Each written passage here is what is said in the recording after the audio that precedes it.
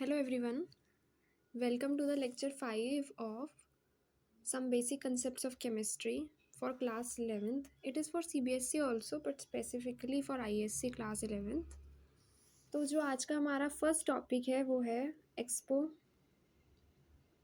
Exponential notation. Exponential notation क्या है ये पढ़ेंगे हम। देन सेकेंडली हम पढ़ेंगे rounding off the figures.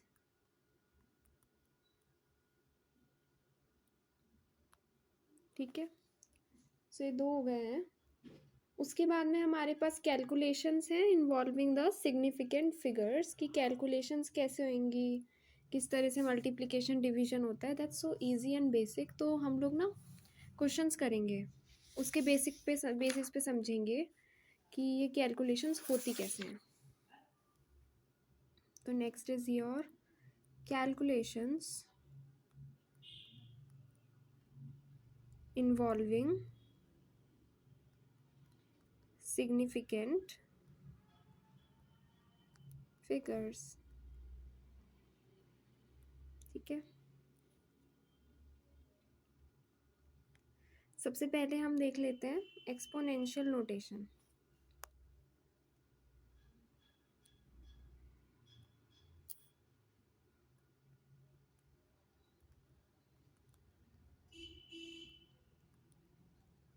Exponential notation, इसके बारे में समझ लेते हैं ये क्या है। सो जब भी हम ना वो निकालते हैं सिग्निफिकेंट फिगर्स निकालते हैं तो जो लास्ट में ज़ीरो प्लेस्ड होते हैं उस नंबर में सिग्निफिकेंट फिगर निकालना is very tough. Like we have 1200 centimetre, है ना। तो इसमें हम गारंटी के साथ नहीं कह सकते कि टू सिग्निफिकेंट फिगर्स हैं, थ्री हैं या फोर हैं, क्योंकि depends upon the precision of the measurement. Precision means कि जो इंस्ट्रूमेंट हम यूज़ कर रहे हैं ना वो कितना प्रिसाइज है और हमारी जो कैलकुलेशन का करने का तरीका है वो कितना सही है। तो एक्यूरेसी डिपेंड उस पर ही करेगी, है ना। तो थोड़ी बहुत अनसर्टेनिटी लास्ट में जो ज़ीरो आ जाते हैं ना उससे रहती ही है। सो इन चीज़ों को, इस तरह की टर्म्स को हम एक्सपोनेंशियल नोटेशन में फॉर्म करना ईजी समझते हैं। एक्सपोनेंशियल इज कि 12 इंटू 10⁻², ऐसे लिख देते हैं। तो जो 12 वो होता है ना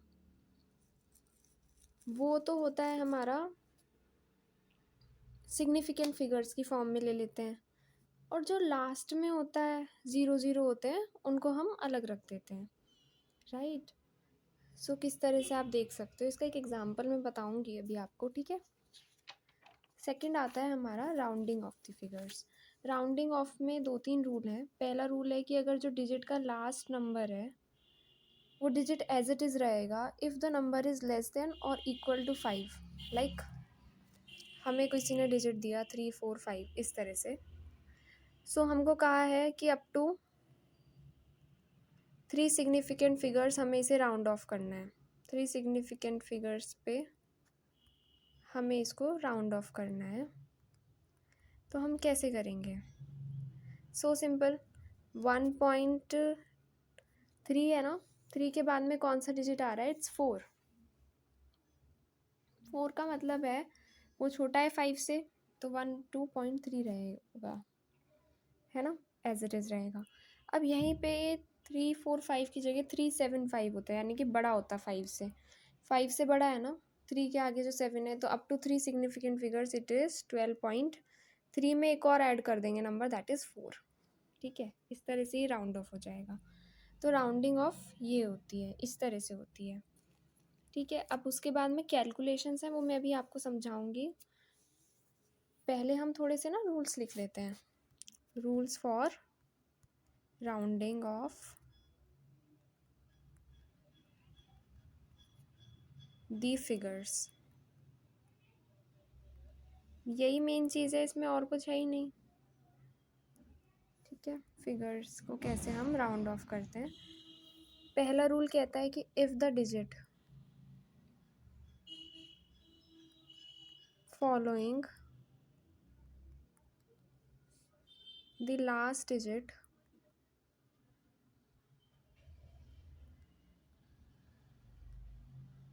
is to be retained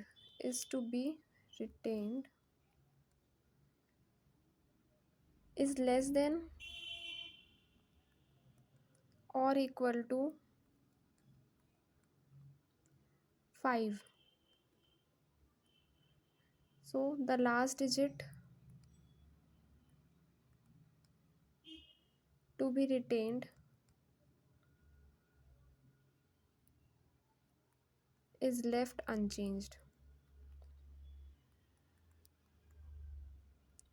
इसमें आप एग्जांपल वही दे सकते हो कि 12.345 था, जब 12.345 नंबर था हमारे पास, हमें इसे 3 सिग्निफिकेंट फिगर्स तक वो करना था, राउंड ऑफ करना था।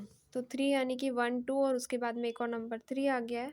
3 सिग्निफिकेंट फिगर्स हैं। आप सिग्निफिकेंट फिगर क्या होती है अगर आपको नहीं पता तो आप लेक्चर 4 अटेंड कीजिए, उसमें मैंने अच्छे से समझाया है।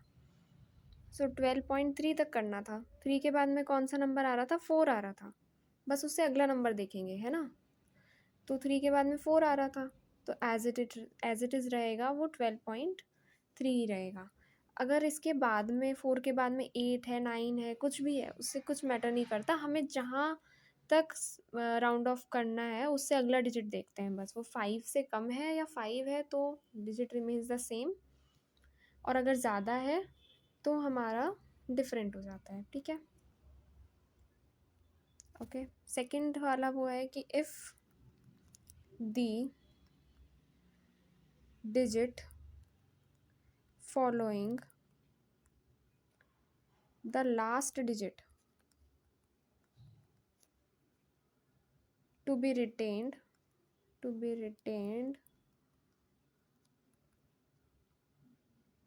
is greater than 5, फिर क्या होता है? the last digit, है ना, बस लास्ट डिजिट में ही चेंज आएगा। ये तो हमको सारी चीज़ें पता होती हैं वैसे बेसिकली, बस एक रिवीजन है अगर आपको नहीं भी पता सो। To be retained is increased by 1। ठीक है, सो ये हमारे पास रूल्स हो गए राउंडिंग ऑफ द फिगर्स के। अब जब हम एडिशन करेंगे वो कैसे करेंगे वो भी मैं आपको एक बार आइडिया सा दे देती हूँ, ब्रीफ। सो आप इसमें देख लो, है ना, जैसे हमारे पास ना नोटेशन वाला समझाती हूँ मैं। n इंटू 10⁻n में लिखते हैं उसको। क्यों लिखते हैं ऐसे? रीज़न ये है कि जैसे हमारे पास 1200 सेंटीमीटर था तो उसको लिखेंगे हम कैसे? 1.2 टू 10⁻3, यही लिखेंगे, है ना। 1.2 क्यों आ गया? क्योंकि हम ना 1 पॉइंट की फॉर्म में लिखते हैं जब भी छोटे नंबर होते हैं ना। सेंटीमीटर है इसलिए 1.2 सेंटीमीटर लिखा है हमने। सो ये जो 10⁻3 है, हम इसकी जो सिग्निफिकेंस फिगर नहीं बता सकते, पर यहाँ तो हमेशा 2 ही सिग्निफिकेंट फिगर आ रही है, तो इसलिए हम 2 देखेंगे इसको। जब पावर है तब सिर्फ ये वाले उससे हम सिग्निफिकेंट फिगर देखेंगे। लाइक 1200 आपको पूछा है कितनी सिग्निफिकेंट फिगर है, तो 4 है, और आपको ऐसे दे दिया है इंटू 10⁻2 करके, तो सिग्निफिकेंट फिगर कितनी है सिर्फ यहाँ की देखेंगे, 2 है। ठीक है, अच्छा, एडिशन देख लेते हैं। लाइक 2.6 kg, इसमें हम 3.44 ऐड कर रहे हैं। पॉइंट के नीचे पॉइंट आता है, पता है सबको। 6.04 आ गया। ठीक है, तो 6.04 है और हमसे कहा है कि बताओ 1 डेसिमल प्लेस तक इसको राउंड ऑफ करो। बाद में 4 है ना, तो क्या हो जाएगा? ये 6.0 ही रह जाएगा ना, सिर्फ 4 हट जाएगा बस। और अगर यहाँ पे 6.07 के करीब होता तो ये जो 6.0 आया है इसकी जगह हम लिख देते 6.1, बस। यही चीज़ें हैं, मल्टीप्लिकेशन माइनस सब में यही रूल चलेगा राउंड ऑफ का, और यही सारे चीज़ें फॉलो होंगी। आई होप आपको समझ आ रहा होगा, है ना। जैसे 1.2 को 1.2 से मल्टीप्लाई करेंगे तो हमारे पास आएगा 1.44, है ना। नहीं, हमारे पास आएगा हाँ, 1.2 इंटू 1.2 को मल्टीप्लाई करेंगे, will be getting 1.44। Significant figures is 3, है ना। सो ये सारी चीज़ें हमें समझ आ गई है। हमारा पहला जो पार्ट था चैप्टर का वो ख़त्म हो गया है। अब मैं आपको क्वेश्चंस कराऊंगी इस चैप्टर से रिलेटेड क्या क्या है, और वो प्लीज़ आप सॉल्व करना, क्वेश्चन प्रैक्टिस करना अच्छे से। एग्जाम्पलर्स हैं आपके पास, एग्जाम्पल अच्छे से करना, ठीक है। एंड कोई डाउट हो तो मुझसे पूछ सकते हो आप कमेंट सेक्शन में। Thank you for watching the video. Please do like and subscribe my channel, क्योंकि बहुत आप लोग सब्सक्राइब करोगे तो मेरे को भी मोटिवेशन मिलेगा और अच्छी वीडियो बनाने का। Thank you.